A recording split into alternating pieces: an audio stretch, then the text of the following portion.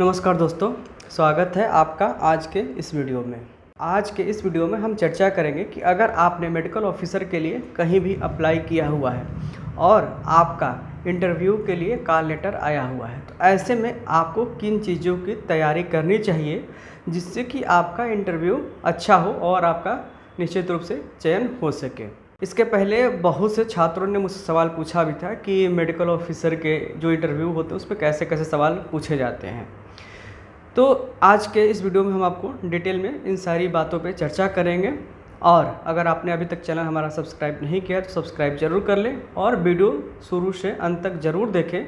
आपके हर जो सवाल है, आपके मन में जो भी शंका है, उन सब का समाधान इस वीडियो में ज़रूर हो जाएगा।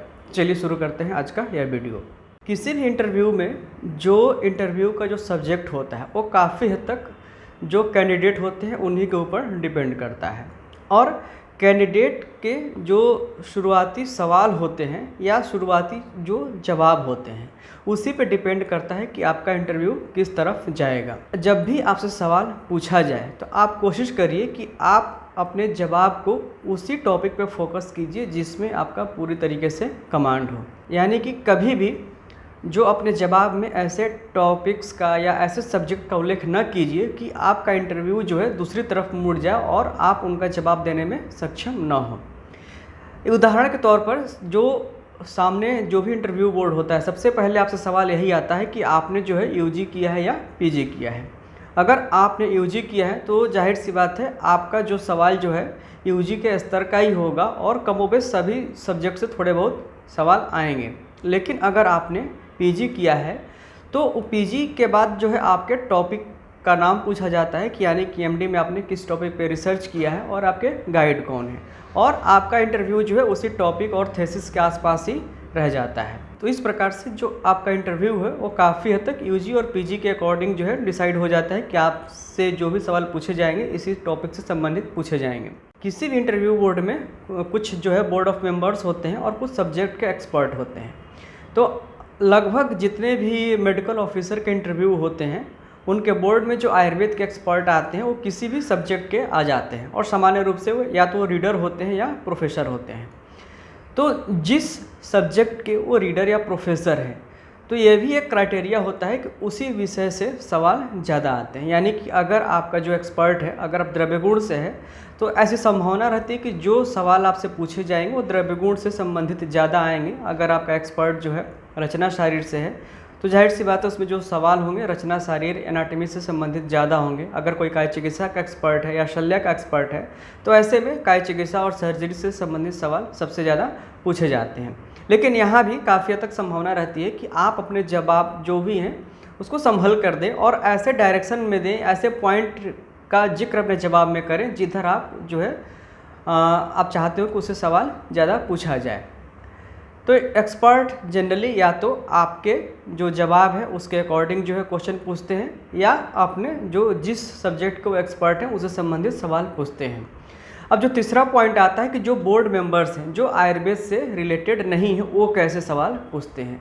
तो जनरली ऐसे जो भी जो बोर्ड के मेंबर्स होते हैं वो सवाल आपसे या तो जो भी हमारे देश में जो अलग अलग हेल्थ प्लान्स चल रहे हैं हेल्थ प्लान से संबंधित पूछते हैं, या NRHM है या NHM है जो आयुष मिशन है इससे संबंधित सवाल आते हैं, या जितने भी प्रोग्राम्स हैं जैसे पल्स पोलियो प्रोग्राम है, जो आपका ट्यूबरकुलोसिस का प्रोग्राम है, लेप्रोसी का प्रोग्राम है, मलेरिया के प्रोग्राम है, तो इन सबसे संबंधित सवाल पूछे जाते हैं। और आजकल की अगर बात की जाए तो जो कोरोना पैंडेमिक है तो इसमें निश्चित रूप से कोरोना से संबंधित सवाल आपसे ज़रूर पूछे जाएंगे। तो आप कोविड से रिलेटेड जो भी आपके पास डाटा है, मेडिसिन्स हैं, जो रिसर्च है, इन पे आप स्टडी ज़रूर कर लें। इन सब के अलावा कुछ ऐसे भी सवाल पूछे जाते हैं जो कॉमनली सोसाइटी में पाए जाते हैं या जिनको हम नॉन कम्युनिकेबल डिजीज़ के नाम से भी जानते हैं। जैसे कि डायबिटीज़ से संबंधित सवाल आपसे पूछे जा सकते हैं, हाइपरटेंशन से सवाल पूछे जा सकते हैं, या कई बार ऐसा होता है कि जितने भी जो एक्सपर्ट होते हैं, बोर्ड मेंबर होते हैं, उनको कोई ना कोई समस्या अक्सर रहती है। कोई हाइपरटेंसिव होता है, कोई डायबिटीज़ होता है, तो ऐसे रोगों में उनका पर्सनल एक्सपीरियंस काफ़ी ज़्यादा होता है। तो उससे संबंधित जो है सवाल वो लोग काफ़ी ज़्यादा पूछते हैं। यानी कि अगर मान लीजिए कोई एक्सपर्ट हैं जिनको कि डायबिटीज़ है और लंबे समय से है, तो जिनको भी लंबे समय से डायबिटीज़ है तो डायबिटीज़ से रिलेटेड जितनी भी जांच होती है उनको पता होता है, जो उससे रिलेटेड मेडिसिन होती हैं वो भी उनको पता होता है। तो ऐसे भी सवाल वो लोग जो उनके पर्सनल एक्सपीरियंस होते हैं उससे काफ़ी ज़्यादा सवाल होते हैं। इनके अलावा कुछ सवाल ऐसे भी आते हैं कि जो कैंडिडेट है वो किस क्षेत्र से बिलोंग करता है। यानी कि मान लीजिए कि अगर कोई कैंडिडेट बनारस का है तो बनारस से संबंधित, यहाँ की लोकेलिटी से संबंधित, यहाँ क्या चीज़ें फेमस हैं, तो इससे संबंधित सवाल पूछे जा सकते हैं। या अगर हमें उत्तर प्रदेश स्टेट की है तो यूपी से रिलेटेड चीज़ें पूछी जा सकती हैं। हो सकता है कोई दूसरे स्टेट का हो तो उस स्टेट से संबंधित सवाल पूछे जाते हैं। कई बार ऐसा होता है कि कैंडिडेट का जो नाम होता है उस नाम का भी काफ़ी खास महत्व होता है, तो कई बार उस नाम से ही उनका जो है इंटरव्यू शुरू हो जाता है कि आपका नाम ऐसा है तो इस नाम का मतलब क्या है और ये नाम क्यों प्रचलित है। कई बार ऐसे भी सवाल पूछे जाते हैं कि आपके पास कोई जो है फीवर का पेशेंट आ गया तो आपका लाइन ऑफ ट्रीटमेंट क्या होगा।